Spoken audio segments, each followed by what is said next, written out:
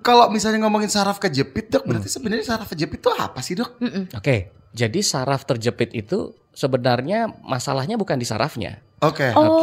Saraf kita gitu. diem aja pada posisinya. Stay gitu. Dia tetap ada posisinya, tapi lingkungan sekitarnya yang rusak yang akhirnya menekan. Jadi gitu. Mengganggulah si saraf Mengganggulah si ini. saraf itu. Berarti kalau misalnya saraf kejepit itu di anak muda, di orang tua sama sebenarnya. Bisa. Di segala umur dia bisa. Tapi apakah semua orang tua pasti mengalami itu? Akan kemungkinan besar ya. Jadi Meskipun kayak udah our rajin- future gitu. Rajin nge-gym? Betul. Jadi nanti nge-gym olahraga ini yang membedakan apa? Datangnya beda. Lebih cepat atau Betul lebih lambat? sekali. Oh wow. Jadi Aku tidak mau sebenarnya- tua deh. Berarti Jadi nge-gym terus. Nge-gym nge-gym terus. terus. Iya. Kalau bicara tentang operasi ataupun tanpa operasi, itu kembali lagi ke jurnal. Oke. Jadi jurnal-jurnal tuh bilang bahwa ternyata 80% dari kasus HNP itu tidak perlu operasi. Jadi yang perlu operasi hanya yang 20% saja. Hai Rockstar. Hai. Wah, ketemu lagi bareng Mika Fandi. Maria Hills. Dan kalau lo ngelihat gue udah pakai baju putih, berarti gue lagi ngobrol tentang dunia medis. Yes, berarti Iya aku kan? pasien ya. Rockstar. Jadi Rockstar hari ini di The Rockin' Podcast, Iya. ini podcast yang khusus ngebahas obrolan yang seru dan tamunya juga gak kalah keren, Mar. Iya. Bermanfaat pokoknya hari ini kita bakal Bermanfaat. ngobrolin tentang kesehatan Ya. tulang keluarga wajib Betul. menyaksikan ya. Karena kebanyakan dari kita adalah tulang punggung buat Yes, keluarga. Jadi benar. tulang punggung harus dirawat. Kalau tulang punggung tidak dirawat, keluargamu siapa yang merawat, Rockstar? Nah, langsung Ini- jadi ini. serius ya. Jadi Rockstar, kali ini kedatangan tamu yang pertama adalah Dr. Surya Bayu Prajayana, M. Biomed SPOTK Spine dari Siloam Hospital. Selamat pagi. Selamat pagi. Selamat siang. Belum, Selamat jam sore. sebelas. Karena kan Selamat ini malam. yang nonton tuh bisa pagi, siang, Oke, sore dong. I see. Iya, karena diputar terus-terusan kan. Atau sambil lembur juga ya. Betul. Karena mulai dari podcast ini, sakit pinggang dikit, mana link YouTube-nya gitu. Yes, betul. Dibaca lagi, didengerin lagi. Oke. Jadi, Selamat datang juga, selamat pagi, selamat malam untuk Bapak Nyoman Sudarsana selaku Kepala Bidang Pelayanan Kantor Cabang BPJS Ketenagakerjaan Bali Denpasar. Selamat Halo, siang. Selamat Pak siang. Nyoman. Selamat siang. jadi beliau-beliau ini Rockstar yang akan menemani kita di The Rockin' Podcast kali ini. Dan biar lo semua nggak salah penanganan, kita akan ngobrol bareng dengan Dr. Surya karena di sini beliau adalah dokter di Siloam Hospital Denpasar. Yes. Terus abis itu di RSUD Bali Mandara, di Rumah Sakit Kasih Ibu Sabe juga di situ ya dok ya. Betul sekali. Dan Dr. Surya ini adalah salah satu dari hanya 8 dokter spine yang ada di Bali. Tepuk tangan nggak lo? Terima kasih. Penonton live yang ada di sini juga, sampai operator ke belakang juga tepuk tangan ya. Jadi cuma 8 ya dok ya dokter Iya, spine di sementara Bali ya? ini baru 8. Ntar lagi 10. Nambah lagi. nambah. enggak ya. Dokter Maria, Penghasilannya dokter- dokternya nambah ada di 10 tempat maksudnya. Jadi ini dokter spine ini yang dokter spine di Bali yang melakukan operasi tulang belakang. Betul sekali. Terus habis itu termasuk kemarin dokter operasi perdana spinal di RSUD Bali Mandara. Iya, jadi kan waktu awal kan RSUD Bali Mandara belum punya dokter tulang belakang. Jadi begitu saya masuk, barulah kasus-kasus tulang belakang bisa mulai ditangani di sana juga. Wow. Tuh, makanya ternyata emang penting banget. Yes. Terus kalau Bapak Nyoman Sudarsana ini dari BPJS Ketenagakerjaan Bali Denpasar. Oke, betul sekali. Nah, Pak, ini berarti kalau misalnya kita ngomongin kesehatan, berarti BPJS Ketenagakerjaan ini juga handle masalah kesehatan yang muncul di Tulang belakang. di masalah-masalah di pekerjaan ya. Iya. Oke, betul khususnya di penyakit akibat kerja. Karena Penyakit akibat akibat kerja. Aduh, radang nih. Sebagai penyiar kan penyakit akibat kerja radang ya. Padahal S terus. Kalau mental breakdance bisa ya Pak ya? Mental breakdance, wah berat lagi tuh. Nanti kita akan kulik. Stres dia. Kita akan kulik Rockstar karena kita akan ngobrol-ngobrol langsung ngebahas tentang nyeri punggung, saraf kejepit, pengobatannya langsung dan dengan kehadiran BPJS Ketenagakerjaan. Iya, apa aja sih yang kira-kira di cover untuk masalah-masalah di kerjaan? Yes, jangan kemana-mana. Kita langsung bahas habis ini di The Rockin' Podcast. Ya Rockstar, balik lagi di The Rockin' Podcast. Masih bareng kita berdua Rockstar dan tentunya masih bareng sama bapak-bapak yang akan memberikan kamu ilmu bermanfaat hari ini. Yes. Ada Dr. Surya Bayu dan juga Pak Nyoman Sudarsana. Nah, ini kan mumpung ada SPOT ya kan, K-Spine.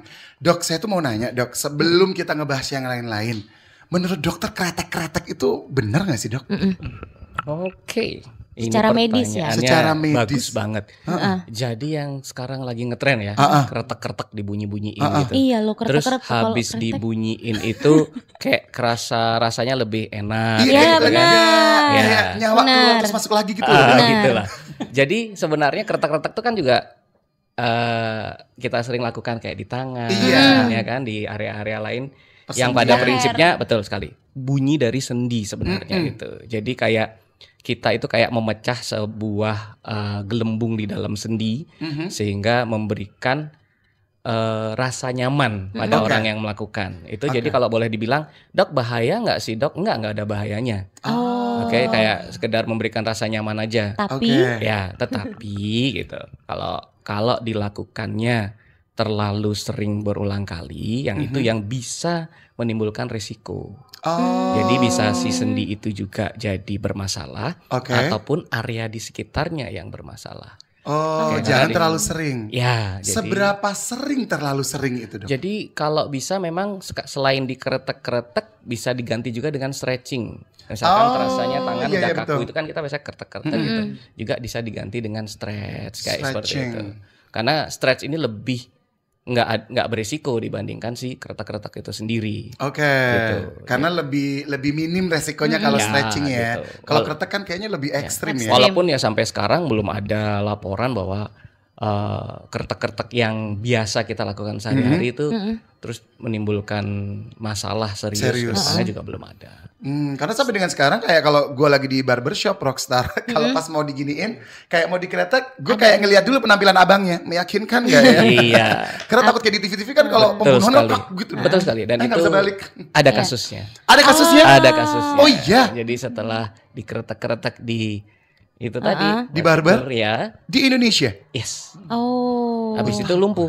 Karena di sini kan saraf.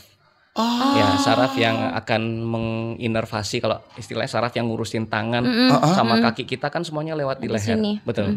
Jadi karena kesalahan itu jadi terjadilah masalah seperti itu. Oh ternyata cukup Cedera serius saraf. ya. Cukup serius keretek-keretek. Resikonya. Yang Ya udah enggak ya. dulu deh bang. Lain kali kalau potong-potong aja bang.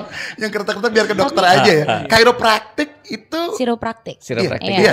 Itu dokter atau Kan yang ada penting orang punya skill lisensinya aja. gitu kan, Dok. Orang punya skill biasanya. Orang punya Cuma skill. yang penting adalah bahwa si chiropractornya itu, orangnya itu sudah punya license yang jelas. Oh yang penting Dia punya juga license ya. sudah melakukan pendidikan yang baik dan juga tempatnya itu berizin.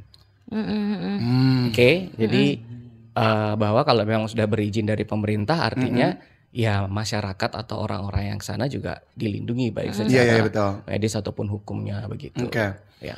Wah luar biasa ya Maria ya. Iya.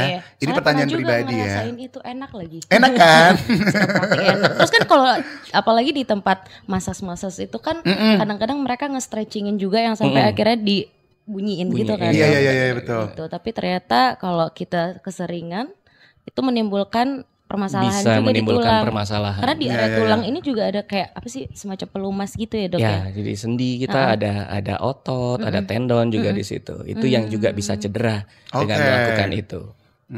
I see. Oke, nah sekarang Rockstar ini kita ngomongin tentang banyak banget di sekitar kita nih dok. Belakangan ini kayak orang sakit punggung, lower back pain, saraf kejepit. Betul sekali. Apapun profesinya kayaknya setiap orang tuh kayaknya aduh. Di belakang ya. Iya. Itu tuh sebenarnya yang terjadi tuh apa sih dok? Jadi nyeri pada tulang belakang, baik itu di punggung atau di pinggang, itu banyak faktor penyebabnya. Oke. Jadi kalau kita bicara dari lapisan badan kita yang paling luar sampai ke dalam itu semuanya bisa bikin nyeri. Contohnya bisa saja hanya karena kelelahan otot. Oke. Ya kan? Itu juga bikin nggak nyaman. Terus habis itu cedera otot. Ya, baik itu karena aktivitas olahraga misalkan atau suatu pekerjaan, melakukan suatu tindakan yang tidak ergonomis, yang tidak baik, Betul. Ya, itu juga akhirnya si otot cedera bikin sakit. Oke. Atau juga bisa bahkan sampai yang banyak juga sekarang saraf terjepit. Oke. Ya, akibat bantalan tulang belakangnya yang rusak sehingga dia menekan saraf, memberikan gejala nyeri juga gitu. Jadi penyebabnya bisa macam-macam. Bisa Gitu. banyak hal ya. Bisa banyak hal penyebab dengan keluhan yang sama, nyeri punggung atau pinggang gitu. Oke, jadi yang dirasain sama ya, tapi Sama. penyebabnya bisa beda-beda. Beda-beda. Bisa beda-beda, betul Terus kan sekali. kata dokter kalau misalkan di sini kan ada saraf yang bisa kalau misalkan penanganannya salah Ya. menyebabkan kelumpuhan di seluruh anggota badan. Betul. Nah kalau di punggung atau di tulang belakang ini itu kan juga apakah dia nyambung ke kaki? Betul. Iya. Iya. Kalau misalkan soalnya pernah waktu pas kretek-kretek itu Iya. dibilang kayak di sini kan sakit. Iya. Itu berarti kebanyakan duduk dan itulah kenapa ke bawahnya itu bermasalah gitu. Iya. Oh itu betul dok. Iya. Jadi Jadi itu gimana untuk penjelasannya? saraf yang ngurusin tangan kita itu cabangnya keluar dari leher. Oke. Oke. Oke, sedangkan saraf yang ngurusin kaki kita itu keluarnya dari pinggang. Oh, Jadi di fungsi-fungsi sini. geraknya. Jadi di mana terjadi masalahnya? Misalkan masalahnya di leher, nanti gejala dominannya ke tangan. Tapi kalau misalkan problemnya yang di pinggang, nanti Kaki. gejalanya akan ke kaki. Sesuai dengan si kabel saraf itu ngurusin area mana. Betul. Cocok Sambungannya untuk kemana nih? Iya. Pelari ini dia dok, cocok ini. Ya, lo gak lihat sepatu dokter? Dari situ juga kayaknya lari trail nih. Kayaknya maraton bersama kita. Dia ketemu di event nanti kita ya. Iya, iya. Dok, tapi kalau misalnya gini dok, Oke. wah sekarang tuh kan rata-rata teman-teman kita story ya. Iya. Gila gue sakit punggung, udahlah gue di rumah aja, goleran aja, gue nggak siaran, gue nggak kerja gitu. Tapi sebenarnya kalau tadi dokter bilang sakitnya sama, penyebabnya berbeda. Berbeda. Artinya Betul. kan masih diperiksa ya dok. Betul. Berarti sebenarnya kalau kita sakit ya jangan didiemin di rumah aja ya. Betul. Kapan gitu kita Oke. tahu ketika ini udah bermasalah nih. Iya. Ya udah kita harus ke rumah sakit gitu. Sip. Karena kan kita sebagai orang Indonesia ini pasti mikirnya nggak apa-apa, ntar aja Ntar juga gitu. bener gitu ya. Atau takut ke rumah Iya. sakit, Iya. ntar ketahuan macam-macam. Bener. Iya. Tapi pas ke rumah sakit, udahlah ini kayaknya Terbaca. opnam operasi. Iya. Udah deh Takutnya gitu. dibilang gitu. Bener. Oke. Gimana Jadi tuh, Dok? sebenarnya apapun problemnya, kalau dalam hal ini kita bicara tentang nyeri pada tulang belakang, khususnya di pinggang, itu memang tetap ada tempat di mana kita melakukan observasi. Oke. Jadi ayo kita wait and see, kita tunggu aja, lihat gitu. Kok nyeri banget ya? Ya udahlah, coba aku istirahatin dulu gitu. It's okay selama masih bisa mentolerir nyeri itu. Oke. Kadang-kadang juga ada yang punya obat-obatan simple gitu kan, obat-obat pereda nyeri yang standby di rumah masing-masing gitu. Boleh dicoba minum. Bisa jadi yang kayak tadi hanya karena faktor kelelahan gitu Iya. kan. Besok aja membaik. Mm-mm. Oke, ya kan? Tetapi apabila memang dari awal sudah nyerinya mengganggu Nggak banget, masuk akal bahkan gitu ya. sampai bergerak pun enggak, Iya. ya something wrong gitu. Iya, iya, Jadi lebih baik segera datang ke unit gawat darurat lah atau mana, karena kan bukanya 24 jam. Jadi paling tidak kita bisa tahu dengan cepat problem apa kita seperti itu. Oke. Oke? Tapi stepnya tuh seperti apa dok? Maksudnya gini, yang pertama kan tadi sempat konsumsi obat nyeri. Misalnya kalau di rumah ada ibuprofen, coba minum dulu deh Oke, gitu untuk bisa. memberikan placebo efek lah ya. Tapi besokannya lagi tuh, biasanya kan kalau kita konsul coba dilihat 3 hari atau berapa untuk nextnya baru konsultasi gitu ya. Atau kalau misalkan nggak punya waktu untuk konsultasi langsung misalnya mau ronsen atau MRI itu dianjurkan nggak sih dok? Bisa. Jadi kembali lagi ke tadi saya jelasin, nyerinya itu seberapa mengganggunya. Kalau udah mengganggu banget, udah segeralah ke UGD langsung. Jadi ke rumah sakit untuk dicek gitu Iya, ya. dicek problemnya apa. Tapi kalau misalkan nyerinya masih bisa ditolerir, ya udah nggak apa-apa, diobservasi dulu gitu. Oke. Lebih baik. Tapi kalau misalnya ngomongin saraf kejepit dok, berarti sebenarnya saraf kejepit itu apa sih dok? Oke, jadi saraf terjepit itu sebenarnya masalahnya bukan di sarafnya. Oke. Oke, saraf kita gitu. diem aja pada Iya. posisinya. Stay gitu. Dia tetap ada posisinya, tapi lingkungan sekitarnya yang rusak yang akhirnya menekan. Oh. Jadi gitu. Mengganggulah si saraf Mengganggulah si ini. saraf itu. Kayaknya Oke. dia terhimpit deadline Iya. kali. Jadi dibilangnya Kanan saraf kirinya agak terjepit. rese ya. Iya, itu toxic banget. Kalau yang terjepit sarafnya yang sisi kanan, misalkan yang di pinggang saya bilang tadi, ntar yang kerasa keluhannya kakinya yang Kaki. sisi kanan. Gitu. Kalau terjepitnya di sisi kiri ya kiri aja yang kerasa gitu. Oke oke. Berarti kalau misalnya saraf kejepit itu di anak muda, di orang tua sama sebenarnya. Bisa. Di segala umur dia bisa. Aku pikir kenapa sekarang banyak banget yang anak-anak muda udah ngerasa saraf kejepit, yang udah back pain, kayak gitu-gitu. Iya. Itu ternyata sama aja, semua bisa mengalami Semua resiko bisa yang sama. mengalami, betul. Hal apa dok yang kira-kira bisa memperparah resiko untuk mengalami saraf kejepit? Karena kebanyakan gaya ya. Iya sih. Jadi Kata dokter kurang lari. salah satunya. Oh iya benar. Sport, olahraga. sport. Oke. Olahraga itu Oke. penting ya. Penting Melatih sekali. sendi-sendi ini ya. Sendi dan otot. Jadi pada prinsipnya seluruh sendi kita, badan kita, termasuk juga tulang belakang, itu kan stabilitasnya itu dijaga oleh kekuatan otot. Oke. Oke. Jadi selama kita masih beraktivitas, bekerja, menggunakan otot, ya sudah seharusnya otot itu kita latih terus. Oke. Jadi olahraga itu mungkin bukan suatu kewajiban lagi sebenarnya. Yang harus kita rubah mindset kita bahwa kita ini butuh olahraga. Kebutuhan. ya. Kebutuhan jadinya jadi tidak ada alasan lagi nggak sempet sibuk nggak bisa, karena selama badan kita masih kita pakai ya harus kita perkuat selama kita pakai badan kita ini. Kayak Jadi kita ya pakai kendaraan ya dok, Betul. harus dipanasin dulu. rawat terus dia gitu. oke. Selain berolahraga, dari pengalaman merawat pasien selama ini itu juga kejadian khususnya untuk saraf terjepit pada pinggang Oke. usia muda gitu, terutama yang sekarang makin banyak muncul, itu karena aktivitas yang salah. Aktivitas yang salah. Betul. Yang paling sering itu adalah posisi mengangkat Angkat beban. barang Oke. dari bawah atau ngambil barang itu bungkuk. Yang harusnya Yang harusnya kita jongkok dulu. Kayak begitu ya dok ya, Iya, jongkok dulu betul. baru ngangkat. Jadi kalau ngelihat sebenarnya gampang banget. Pernah lihat atlet angkat besi nggak? Iya. Iya. Itu bebannya berat banget. Iya. Nggak ada yang bungkuk. Iya, Mereka mereka pasti selalu akan duduk dulu. jongkok, Oh. mempertahankan pinggangnya sebisa mungkin dia tetap tegak. Oke. Oh, biar balance ya. Jadi tidak meningkatkan, karena pada saat kita membungkuk itu tekanan pada tulang belakang kita tuh meningkat bahkan bisa sampai 300%. Oh. Di situ yang bikin rusak Makanya sebenarnya. kalau kita latihan Iya. deadlift, kita Yes. mulainya jadi agak jongkok Betul dulu ya. sekali. Ambil. Oh gitu. Jadi semakin penting gak sih kita ke gym Rockstar ya? Betul ampun. sekali. Karena Betul sekali. Dan Betul sekali. gym seumur hidup. Seumur hidup. Seumur hidup. Tuh ya ampun, jangan aku ada tuh mau berhenti. ikut kata-kata dokter, pokoknya aku Ya. nggak mau skip Maria. Ingat berarti Maria. aku harus memulai. Nah, itu ya, Karena nanti ya. yang olahraga sering aja ternyata bisa mengalami saraf kejepit ya dok. Betul. Karena aktivitas yang salah. Aktivitas Apalagi yang sama Olahraganya sekali. dia udah, tapi aktivitasnya nggak ergonomis. Tuh. Oh. Gitu kan. Kita Oke. sering sehari-hari kita pakai celana berdiri. Iya. Itu pasti ada gerakan sedikit bungkuknya. Heeh. Terus pada saat kita mandi, membersihkan kaki, kita membungkuk. Jadi banyak kegiatan membungkuk yang kita lakukan sehari-hari dan berulang selama bertahun-tahun. Akhirnya lama-lama rusak. Iya, Itu iya, yang iya, harus betul. kita rubah juga. Betul. Selain berolahraga, sikap itu harus kita bersikap yang baik. Kalau bahasa kerennya kita searching itu cari posisi ergonomis. Oh. Jadi gimana sih ergonomisnya kita duduk, Nah. ergonomisnya kita mengambil barang.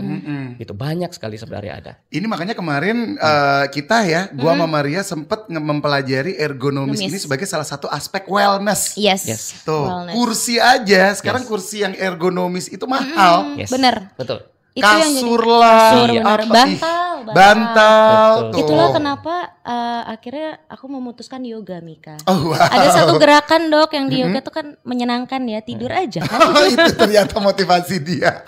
Ergonomis, sikapnya bagus kan itu tadi. Bermanfaat. tidur ya. Iya, bermanfaat. Begitu udah selesai tidur lo ngorok ternyata. Cuman ini dok, kalau Oke. tadi sebelum kita ngobrol, saya kan sempat searching. Ternyata ada yang namanya istilah HNP ya, Iya. sama spinal stenosis. Oke. HNP itu apa dok? Oke, jadi HNP itu herniated nucleus pulposus. Jadi ada bagian dari yang tadi saya bilang bantalan tulang belakang. Oke. Itu ada bagian dalamnya itu yang namanya nucleus pulposus, Oke. senternya. Oke. Nah, kalau nucleus pulposus ini dengan temannya anulusnya itu robek, itulah yang tadi saya bilang dia bisa keluar sehingga menekan si saraf. Oke. Jadi herniated itu kayak tonjolan. Karena robek Robek ya. dia. Jadi dia bisa Jadi keluar betul sekali. Dengan Oke. keluar itu dia menekan saraf. Saraf kan diam di tempatnya. Tapi si nggak herniated ini yang Yang dorong, betul. Yang Dorongnya ngejepit si saraf Betul. ini. Sarafnya nggak kemana-mana. nggak mana-mana. Dia bisa nyepitnya di kanan, jepitnya di kiri, dan akan memberikan keluhan sesuai dengan itu. That's why it's painful. Yes, of course. Kalau yang Yang spinal lagi satu. stenosis, Kalau spinal stenosis itu kan saraf yang tadi diam pada tempatnya itu ditekan dari berbagai arah. oke, Oke, itu lebih sering terjadi pada usia tua. oke. Jadi karena badan kita semakin tua, Mhm. kita pakai terus, pasti akan rusak. Iya. Ya, Oke. jadi proses kerusakan itu jadi bagian depannya rusak, bagian belakangnya rusak, sampingnya rusak, sehingga dia menekan si terowong saraf itu dari segala arah. Itulah yang kita sebut stenosis. Oh. Jadi dari semua arah, dari segala arah. 360 itu ketekan semua si saraf. Kalau si herniated tadi hanya dari satu sisi saja. Oke. Gitu. Jadi makanya herniated memang lebih sering pada usia muda dia. Karena organ sisi-sisi lainnya masih sehat, masih Oke. bagus. Begitu. Tapi kalau yang spinal Stenosis stenosis lebih ini sering pada usia tua. lebih sering pada usia tua. Iya. Tapi apakah semua orang tua pasti mengalami itu? Akan kemungkinan besar ya. Oh. Jadi Meskipun kayak udah our rajin- future gitu. Rajin nge-gym? Betul. Jadi nanti nge-gym olahraga ini yang membedakan apa? Datangnya beda. Oh, lebih cepat atau Betul lebih lambat? sekali. Oh wow. Aku Jadi tidak mau sebenarnya tua deh. Tuh. Berarti Jadi apakah- nge-gym terus. Nge-gym nge-gym terus. Iya, Jadi jadi berarti lihat- ini tuh kayak penyakit cancer gitu gak sih, Dok? Wah, Kalau enggak, beda. karena kan setiap orang punya bibitnya gitu. Kalau Beda. cancer itu sampai sekarang pun kita belum tahu sebenarnya penyebabnya apa. Oke, oke. Oke. Ya, jadi saraf terjepit karena cancer ada juga. Oh iya? Of course. Infeksi juga iya. Jadi si saraf terjepit yang saya bilang penyebabnya ada banyak. Oke. Nah, itu yang kita harus periksa apa Oke. penyebabnya. Nah, Dok, ini misalnya rockstar nih kena HNP, Oke. ya kan? Gimana rockstar tahu Iya. kapan itu harus ditindak operasi gitu, Dok? Oke. Jadi kalau bicara tentang operasi ataupun tanpa operasi, itu kembali lagi ke jurnal. Oke. Jadi jurnal-jurnal tuh bilang bahwa ternyata 80% dari kasus HNP itu tidak perlu operasi. Jadi yang perlu operasi hanya yang 20% saja. Nah, Gitu. Oh. 80% itu kenapa 20% itu gimana, Dok? Oke. Jadi saraf kita itu kan terjepit. Ah, Terjepitnya ini bervariasi. Oke. Jadi ada yang ringan, ada yang sedang, ada yang berat. Dan tidak selalu dari awal langsung dibilang, oh ini harus operasi. Enggak. Oh. Kita always menyesuaikan dengan kondisi pasien, lihat klinisnya pasien, gimana keluhannya dia. Observasi dulu gitu ya, Betul. Dok ya. Kita always try yang kita bilang conservative management tanpa operasi. Oke. Dicoba dulu banyak. Seperti tadi yang saya ceritakan, ayo dirubah kebiasaannya yang salah. Banyak latihan. Kemudian nanti exercise. kerjasama dengan juga fisioterapi, Betul. obat-obatan, yang gitu kan. Dan ternyata setelah dilakukan, lah keluhan kok membaik gitu. Ya kenapa kita harus operasi kalau sudah keluhan Oke. yang baik? Bahkan sampai hilang, ya ngapain dioperasi? Oke. Itu terjadi pada 80% kasus. Yang 20% ini tidak ngefek. Oh. Disitulah kita masuk Baru. untuk melakukan tindakan operasi. Oke. Membebaskan si saraf yang terjepit tadi. Oh, Gitu. jadi pada intinya sih kalau pasien ini mah diobservasi dulu, sabar gitu ya, Dok ya. Yes. Jangan apa-apa kayak, "Dok, pokoknya saya mau operasi." Iya. gitu. Ya, jadi tidak selalu, saya bilang tidak selalu seperti itu. Oke. Tetapi ada kalanya pasien kasus itu datang kalau ini sudah langsung operasi. Jadi contohnya si bantalan tulang itu bukan cuma nonjol, tapi udah keluar. Oh. Isinya sudah keluar ke rongga saraf yang sudah sarafnya Udah pun sudah sampai nggak kelihatan di MRI gitu, kejepit banget. Dengan keluhan yang nyerinya luar biasa. Kalau Dia itu nggak nggak bisa boleh lagi, beraktivitas. jangan ditahan lagi. Karena kalau kita tahan-tahan, si saraf makin rusak dia. Jadi itu harus segera kita bebasin. Dari terjepit bisa putus. Bisa, Dok? Terputus sih tidak, tapi rusak dia. Sama kayak rambut dijepit lama-lama, habis Iya, itu iya. ntar dilepas pasti ada helai-helai rambut yang putus. Iya, iya. Saraf juga kayak gitulah kurang lebih di dalam itu. Yang jadi menarik juga, Dok. Tadi kan dokter membahas tentang fisioterapi. Yep. Kita punya budaya kadang-kadang adalah memilih pijat. Masas. Masas, Oke. masas yang entah manggil di rumah atau Oke. masas ke tempat-tempat yang udah menjadi langganan gitu. Oke. Daripada fisio. Oke. Padahal sebenarnya kan fisio adalah perawatan yang lebih dibutuhkan gitu nggak sih, Dok ya? Lebih secara medis lebih inline ya. Ya. Nah, itu gimana, Dok? tips and triknya supaya kita tahu dan bisa mengantisipasi lah ya untuk kejadian-kejadian yang tadi dokter sampaikan itu nggak dialami lebih jauh. Kalau misalkan nggak bisa nih stretching, nggak bisa olahraga, kan niatannya tidak ada. Kalau fisio terlalu sering, apakah nggak apa-apa? Pijat terlalu sering, apakah gimana? Ini bagus nih, dan banyak di masyarakat kita. Sakit, anggap sakit pinggang gitu kan, langsung datangin tukang pijat. Iya, betul. Atau ada cedera apa, langsung datang tukang pijat. Benar. Nah, ini yang budaya salah kaprah.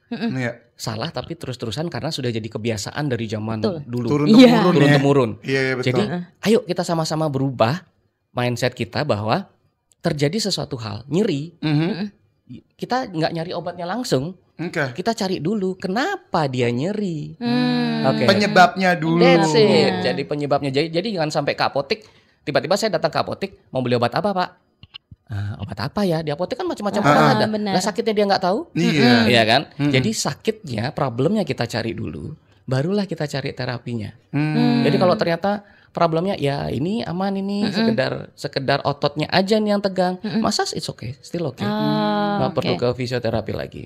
Tapi kalau kok ini agak serius ya, kita harus MRI dulu untuk melihat problemnya, apakah ada jepitan saraf apa tidak. Kalaupun ada, kembali lagi ke tadi. Oke, ini masih ringan, masih bisa kita fisioterapi. Massage boleh nggak ada? Oh, dalam kasus ini still okay gitu untuk merilekskan otot-otot yang tegang gitu kan. Karena pada saat saraf terjepit itu juga otot-otot itu pasti dia merespon. Dia menegang untuk mengurangi gerakan karena dengan banyaknya gerakan nyerinya bakal tambah. Oke, jadi salah satu si fisio ataupun si massage itu ngerileksin otot yang tegang ini karena otot yang tegang bikin nambah sakit lagi. Makanya ada yang ngerasa setelah dimasas kok lebih enak gitu rasanya keluhannya. Seperti itu kurang lebih. Oke, ternyata memang sebenarnya massage ya nggak apa-apa asal benar dan sesuai sama kebutuhan. Betul sekali. Bahkan kan massage ada yang khusus sport ya dok ya. Kalau di fisio-fisio kan sesuai kebutuhannya lah. Betul. Gitu. Lah gue apa-apa keluhannya gue ke Wojo Usada. Harusnya silam ke kanan gue belok ke kiri. Ini kalau misalnya lo tahu Wojo Usada ya Reksa. Nah, banyak yang googling yang sendiri. Banyak yang googling Wojo Usada. Enggak, paling nanti di-cut.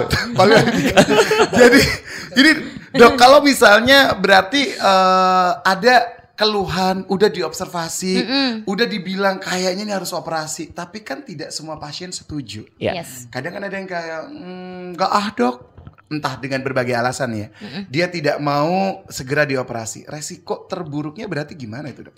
Tadi lagi, namanya saraf dijepit, jadi otomatis kan aliran darah ke saraf itu terganggu. Oke, kalau dijepit awal-awal mungkin si saraf masih bisa bertahan, tapi kalau terlalu lama, makin lama, si saraf rusak, gitu. Jadi kalau si saraf rusak, akan mengganggu fungsinya. Apa fungsinya? Itu yang paling banyak itu sesuai dengan keluhan. Satu, fungsinya dia untuk saraf itu sensasi. Jadi fungsi rasa. Dok, kok ini kok dipegang nggak gitu, kerasa, kebas gitu lah. Itu salah satu fungsinya. Emang mau terus-terusan seumur hidup kayak gitu? Wah, serem juga ya dok. Terus yang lagi satu fungsinya motorik untuk gerakan, gitu. Jadi kabel-kabel saraf itu masing-masing ada fungsinya. Ada yang untuk menggerakkan pergelangan kaki, jari kaki, gitu. Nah nanti kalau udah dia rusak permanen untuk sampai gerakan, pergelangan kakinya nggak bisa gerak. Mau seperti itu kan, jangan sampai. Mobil lah ya. Betul. Kalau nggak nyetir kan ada driver ya. Tapi pada intinya nggak enak, nggak function gitu. Iya, fungsi terganggu gitu. Jangan sampai hal itu terjadi. Terus baru accepted untuk surgery, too late. Terlambat sudah. Oke. Mending serem ya. Jangan sampai rusak. Dan karena itu lebih baik minta izin aja lah daripada minta maaf. Iya betul ya. Langsung aja ya. Tapi dok, kayaknya nih dok ya, papa mesti ke siloam. Dok, tapi ngomong-ngomong berarti di siloam ini apa aja nih dok tahapan penanganan kalau misalnya kita sakit pinggang atau saraf kejepit gitu. Jadi untuk tahapan-tahapan seperti yang tadi sudah saya jelaskan, jadi kita di siloam lengkap semua. Jadi kita mau melakukan pada pasien yang tanpa operasi, dari pemeriksaan penunjang seperti ronsen, MRI, CT scan, kita ada semua. Jadi untuk menegakkan diagnostik kita sudah siap di sana. Tapi itu by observasi dulu ya dok, nggak boleh kayak kita nggak maunya MRI. Nggak apa-apa. CT Jadi scan. bahkan CT untuk scan melakukan observasi atau tidak pun itu kita harus tegakkan diagnostik dulu. Oke. Jadi perlu misalkan MRI jalankan. Jadi semua pemeriksaan kita jalankan sampai kita ketemu problemnya apa. Oke, ini bisa di konservatif tanpa operasi, fisioterapi dan lain sebagainya. Oke. Fasilitasnya juga sudah lengkap. Oke. Oh, ini ya yang seperti ini harus dioperasi. Fasilitasnya juga ada untuk operasi pada tulang belakang gitu. Oke. Nah setelah ditindak rata-rata udah bisa beraktivitas normal nggak dok? Atau ini tahan dulu ya, pokoknya nggak boleh beraktivitas dulu ya sekian waktu kayak gitu-gitu? Pasti ada. Pasti Jadi ada ada ya? namanya proses penyembuhan gitu kan. Jadi habis Recovery. dioperasi tulang belakangnya, baik ini yang kalau kita bilang ini yang teknik operasinya minimal invasif, apa yang dibeleh besar-besar gitu, itu pasti akan berbeda Oke. kondisinya pasca operasinya. Oke. Yang minimal invasif dengan luka sayatan kecil itu pasti akan less pain, nyerinya lebih enak, pasiennya juga di rumah sakit cuma sebentar, cepat Oke. pulang dan lebih cepat dia return to Recovery-nya activity. ya. Betul sekali. Dan itu bergantung sama terapinya juga ya Betul. setelah operasi itu yang Betul, dilakukan bisa ya. ke fisio lah kemana. Oh. Bentar dok, ada dua penyakit yang mau saya tanyakan itu. Yang pertama Parkinson itu apakah termasuk bagian dari karena saraf kejepit? Bukan, kalau enggak, Parkinson beda nanti ya? beda lagi, dokter neurologi, spesialis saraf karena Oke. problemnya ada di saraf pusatnya. Oh, oke. Satu lagi tadi lu bilang ada dua. Oh iya ada dua ya. Satu lagi kan tadi Gimana, ngomongin Rockstar? masalah kaki ya Iya. dok. Apa sih yang di kaki itu yang Kapalan. ada? Bukan. Kalau Cantengan kapalan kali tadi ya. bukan urusan gue. Lebih ke cantengan gimana dok? Sebentar, lupa namanya dok. Ya. Kayak tulang tumbuh yang di tumit Yang itu di loh. belakang tumit ya. Hai, emang Plantar ada ya? fasciitis. Ada. Tulang Iya. tumbuh di tumit. Iya Iya. benar. Kalau plantar fasciitis itu radang pada telapak Tulang. kaki. Oh. Ya, pada telapak kaki ini ada fascia namanya. Kalau itu dia meradang kita sebutnya fasciitis. Jadi radang pada telapak kaki. Penyebabnya macam-macam juga. Oke. Itu yang kita cari. Salah satu penyebabnya ada tuh yang sering di tulang tumit itu kayak tumbuh tulang gitu. Kita sebut kalau istilah medisnya osteophyte. Kalau namanya tumbuh tulang itu setiap dipakai nginjek kan sakit. Sakit. Akhirnya bikin Nggak radang. kebayang gue. Nah, itu yang kita harus nanti periksakan salah satunya. Duh, gak ada Dan nih full maraton gue kalau sampai kayak begitu.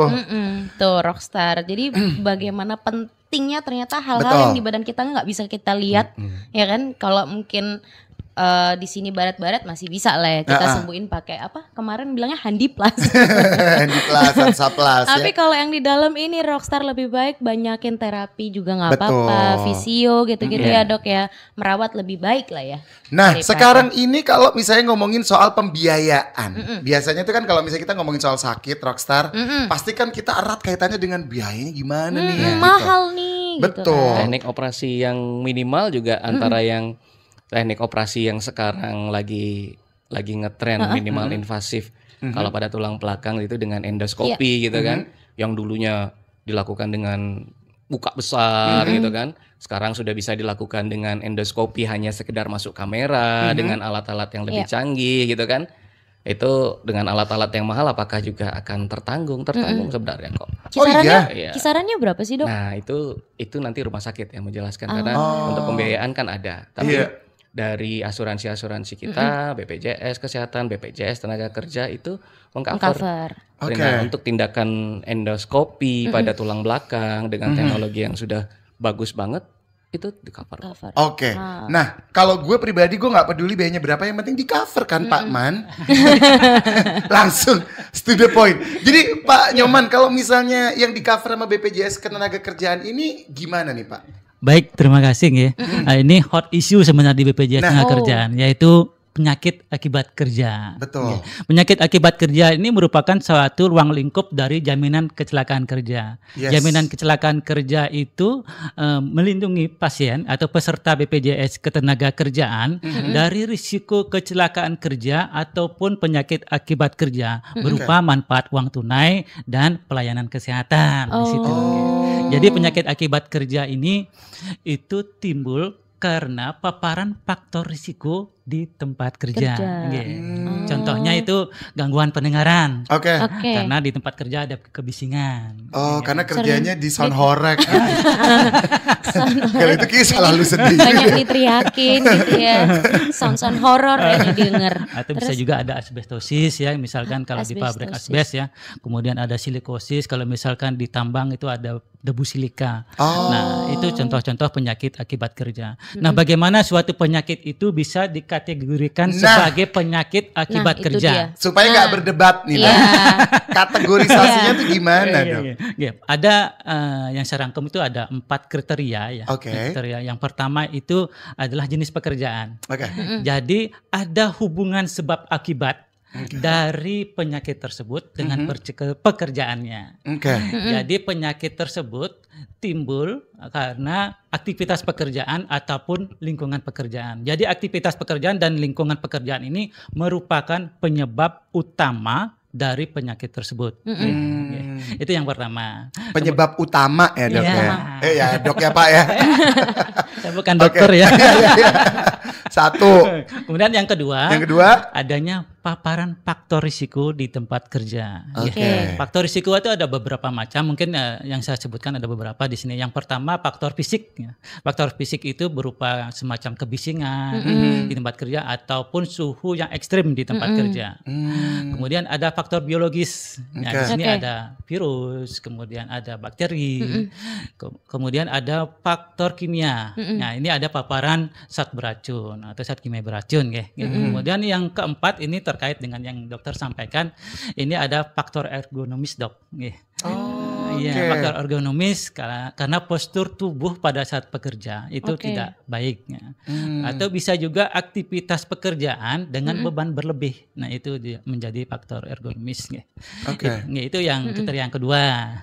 Yang kriteria yang ketiga adalah lama pajanan atau lamanya paparan faktor risiko tersebut. Durasinya ya, dari paparan faktor resikonya. Betul. Jadi penyakit akibat kerja ini tidak muncul secara tiba-tiba. Jadi penyakit akibat kerja ini karena adanya paparan faktor risiko dalam waktu jangka panjang. Nah, jangka panjang ini ada kriterianya nggak Pak? Berapa nanti tahun? Dokter yang akan menyimpulkan di sana. Itu make sense enggaknya gitu ya. Betul. Berarti kita bisa loh. Kita penyiar kan, kita terpapar dari headphone, mendengarkan. Terus ergonomis kita duduk sambil main mixer kan. Wow. Bisa lah ya gitu. Keluarnya dari kesimpulan dokter Anda ceroboh. Terus kedinginan, faktor suhu, AC nggak boleh kan alat-alat itu. Gue sering itu kegerahan sih. Oh gitu ya Pak ya. Ternyata. Berarti semua harus memenuhi itu. Ada kriteria yang keempat. Apa itu? Yaitu kesimpulan dari dokter okupasi bahwa kasus ini sudah tegak sebagai penyakit akibat kerja. Jadi yang dijelaskan sama dokter itu bisa masuk kriteria penyakit akibat kerja kalau sudah masuk ke 4 kriteria tersebut. Nah, kalau berarti 4 kriteria ini harus terpenuhi semuanya ya? Harus terpenuhi. Harus terpenuhi semuanya. Berarti tahapannya nih Pak, kalau misalnya saya mikirin ya, sebagai tenaga kerja udah ke dokter, diperiksa, terus mau klaim 4-nya udah terpenuhi. Apa? What next? Jadi BPJS Ketenagakerjaan mengcover penyakit akibat kerja sebagai ruang lingkup JKK.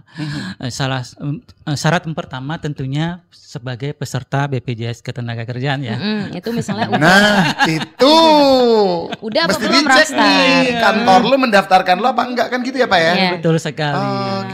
Kemudian yang kedua, PKWU atau pemberi kerja badan usaha harus melaporkan dugaan PAK ini kepada BPJS Ketenagakerjaan. Berarti kantor ya, pakai surat rujukan dari kantor. Ada persyaratan untuk dokumen pelaporannya.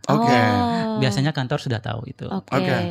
Kemudian yang ketiga, ada kesimpulan dari dokter okupasi yang merawat itu bahwa kasus ini sudah tegak sebagai penyakit akibat kerja. Kemudian yang keempat, BPJS Ketenagakerjaan akan memverifikasi ketiga yang tadi itu, kemudian mengeluarkan surat kelayakan pelayanan kepada rumah sakit untuk menjamin pasien tersebut. Itu. Biasanya prosesnya berapa lama Pak? Tergantung dari pelaporan. Jadi sejak pelaporan pertama kali nyampe ke kami, itu dokter okupasi paling lambat 15 hari kerja harus sudah menyimpulkan penyakit tersebut apakah dia penyakit akibat kerja atau bukan. Oke. Kalau penyakit akibat kerja akan di-cover oleh BPJS Ketenagakerjaan, kalau bukan akan di-cover oleh BPJS Kesehatan. Oh. Jadi sistemnya Oke. kan 15 hari kerja. Misalnya sakitnya Paling udah yang lambat itu sakit ya. banget hari Paling- ini nih. Nah itu berarti pembayarannya seperti apa? Jadi memang untuk yang Apakah- pertama itu adalah pembiayaan ditanggung oleh penanggung pertama itu BPJS Ketenagakerjaan. Nanti setelah terjadi kesimpulan, terdapat kesimpulan baru akan seperti yang tadi saya bilang, kalau PAK ke BPJS TK, kalau bukan PAK ke BPJS Kesehatan. Nah, jadi sebagai informasi aja, saat ini BPJS Tenaga Kerja Bali Denpasar itu sudah bekerja sama dengan 32 rumah sakit sebagai pusat layanan kecelakaan kerja. Oke. Yang berada di 5 kabupaten kota, yaitu Badung, Denpasar, Tabanan, Buleleng, dan Jembrana. Salah satunya Siloam. Salah satunya Siloam ini sudah Rockstar. bekerja sama dengan kita sejak Juli tahun 2025. Wow. Jadi shout kalau out for ada Siloam. keraguan-raguan, bingung, udah langsung ke Siloam aja ya. Udah termasuk kerjasama dengan BPJS Ketenagakerjaan. Iya. Iya, betul. Oh. Cari dokter Bayu ya Rockstar, diingat-ingat. Ajak lari Rockstar. Lo ke UGD dulu gak sih? Lo jangan datang-datang minta dokter Bayu. Oh gitu. Jadi sebenarnya sistemnya ini reimburse atau Iya. Pembiayaan langsung dari kami, bukan pembiayaan reimburse. langsung? Berarti bukan reimburse. Ya, karena jadi kami gak usah juga- modal lah kita ya. Gak usah. Oh, nice. Tapi pertanyaannya Pak, berapa persen kantor yang sekarang ngedaftarin Iya. karyawannya BPJS Ketenagakerjaan? Coba lu evaluasi diri, Rockstar. Oke. Baik, ini saya harus nyontek ini. Oh, nggak apa-apa. Oh, benar ada datanya Kan ya? sesuai Ada data. Coba. Oke, baik. Ini Sesuai gue data biar penasaran valid ya sebenarnya. Rockstar. Jadi data per Juli 2025 Per itu Juli, perusahaan oke. ya, perusahaan atau pemberi kerja badan usaha itu di 5 kabupaten yang tadi ada 25.113 badan usaha. 25.000. Kemudian tenaga kerja penerima upah itu 462.000. Kemudian tenaga kerja bukan penerima upah yaitu yang non formal itu 339.000. Kemudian tenaga kerja PMI, pekerja migran Indonesia itu 15.200. Oke. Ada juga yang namanya tenaga kerja jasa konstruksi yang di proyek itu. Oke. Yang terdaftar di kami 33.000 gitu. Oh. Berarti kalau misalnya angka yang gitu termasuk tingkat partisipasi yang kecil apa besar, Pak? Untuk Bali? Kalau di Bali itu masih belum semua. Masih Belum kurang masih banget. kurang banget gitu karena banyak sekali pekerja yang butuh asuransi BPJS Iya. tenaga kerja maupun BPJS kesehatan. Biaya Oke. rumah sakit sangat mahal ya saat ini. Iya. Tapi dengan ribuan yang sudah terdaftar tadi, bagaimana tanggapan mereka ketika menjadi salah satu yang pakai mendapatkan manfaatnya fasilitas ya, salah satu pemakai fasilitas. Gimana dari sisi feedback? Ya. Memang Untuk kalau BPJS kalau TK BPJS sendiri. TK saat ini terus meningkatkan kualitas pelayanan kami dengan berbagai cara. Yang pertama tentu dengan digitalisasi ya, karena digitalisasi pasti mempercepat proses ya. Iya. Betul. Kemudian yang kedua kami selalu berusaha untuk sosialisasi kepada pemberi kerja atau badan usaha mengenai cara pelaporan jaminan kecelakaan kerja ini. Jadi semakin mereka paham, semakin cepat pula kami melakukan approval terhadap penjaminannya. Kemudian untuk pembinaan ke rumah sakit pun tetap kami laksanakan supaya pelayanan kepada pasien juga terus meningkat. Oke. Gitu ya. Terima kasih. Wow, luar biasa Rockstar The Rockin' Podcast kali ini tuh sangat mencerahkan. Yes. Jadi kita udah ngerti soal saraf Saraf kejepit kejepit dan teman-temannya. dan teman-temannya itu yang Apa buat kita aja. semuanya kayaknya sakit punggung ya. Iya. Semuanya dijadiin sakit punggung namanya satu Atau ya. duduk begini nih sebenarnya nggak ergonomis kita ya. Sofanya The Rockin' Life ini kayaknya ergonomis banget buat kita ini di sini. Tuh, lihat sangat ergonomis. Nah, ini terakhir nih mungkin Dokter Bayu ada yang mau disampaikan Iya. nggak buat Rockstar yang di The Rockin' Podcast? Silakan. Oke. Jadi bicara tentang tulang belakang, seperti yang tadi sudah kita bicarakan, dari awal kita selalu lakukan pencegahan. Jadi kita jaga tulang belakang kita supaya sehat selalu dengan satu yang tadi, olahraga itu suatu kebutuhan, Oke. bukan kewajiban lagi. Jadi berolahragalah selalu. Dan memang latihan beban itu disarankan untuk memperkuat otot. Ya. Jadi kalau cuma lari-lari aja kan beda dia. Tapi latihan beban ini juga akan menunjang larinya. Betul. Pasti ada yang senang bulu tangkis, basket, tenis, padel sekarang lagi ngetren. Tapi tetap olahraga beban akan menunjang itu juga. Jadi itu tetap dilakukan keduanya. Kemudian posisi yang ergonomis dalam setiap aktivitas itu juga harus kita biasakan setiap harinya dalam keseharian kita. Dan yang kedua adalah mencari tempat untuk berobat bila ada keluhan. Jadi kalau tulang belakang bisa ke saya di Siloam Hospital karena fasilitas yang lengkap baik tanpa operasi maupun operasi. Apapun bila terjadi memang dibutuhkan suatu tindakan operasi, kita juga punya banyak opsi. Dimana yang sekarang lagi ngetren banget dan memang memberikan hasil yang bagus yaitu dengan teknik minimal invasif, khususnya dengan menggunakan endoskopi pada tulang belakang. Jadi yang muda-muda itu nggak usah takut bahwa nanti saya dioperasi harus pasang pen jadinya kaku. Enggak. Sekarang dengan endoskopi itu juga lukanya cuma 1 senti, kecil gitu kan, kecil banget ya. Oh. Cuma kamera yang masuk sama alat-alat yang kerja di dalam. Bukan segede ini ya dok? Enggak, kecil banget. Jadi operasinya cepat, tidak banyak merusak jaringan, besoknya udah pulang, nyirinya langsung enak banget, membaik gitu. Jadi nggak usah takut. Nggak ada downtime. Dan terlebih lagi semua tindakan itu juga ditanggung oleh BPJS, baik BPJS Kesehatan ataupun Ketenagakerjaan. No modal. Jadi kenapa kita mesti takut gitu ya? Luar biasa. Ini sangat menyenangkan dan menenangkan buat Rockstar ya. Mungkin Pak Nyoman ada yang mau disampaikan? Oke, baik, terima kasih ya. Untuk risiko kecelakaan kerja bisa terjadi pada setiap saat tiba-tiba. Nah, jadi pastikan bahwa kita semua sudah terdaftar di BPJS Ketenagakerjaan. Kalau belum, silakan segera daftar hari ini. Ajak keluarga kita, ajak rekan-rekan kita yang sebelum terdaftar sebagai peserta menjadi peserta BPJS Ketenagakerjaan. Karena penting ya. Penting sekali. Tadi sama seperti Dokter Bayu bilang, lebih baik mencegah kan ya dok ya. Jadi jangan ngobatin. nunggu lo butuh baru daftar. Jangan nunggu. Udah telat. Jangan nunggu kronis dulu baru cari bantuan. Luar biasa, boleh berikan tepuk tangan dong. Ini luar biasa tamu kita Dr. Surya Bayu Prajayana, MDiomed SPOTK Spine dari Siloam Hospital. Dan juga Pak Nyoman Sudarsana, Kepala Bidang Pelayanan Kantor Cabang BPJS Ketenagakerjaan Bali Denpasar. Terima kasih. Terima kasih kembali. Sama-sama Pak Nyoman. Rockstar, pokoknya lo stay tune terus setiap kali kita bikin The Rockin' Podcast karena informasinya memberikan lo banyak manfaat ya. Bener. Ya udah kalau gitu kita ketemu lagi Rockstar di The Rockin' Podcast nextnya. Yes. Mika Avandi pamit. Maria Hills pamit. Have a rocking day. Bye. Bye. Where everyone can be a rock star. TRL, The Rockin' Life.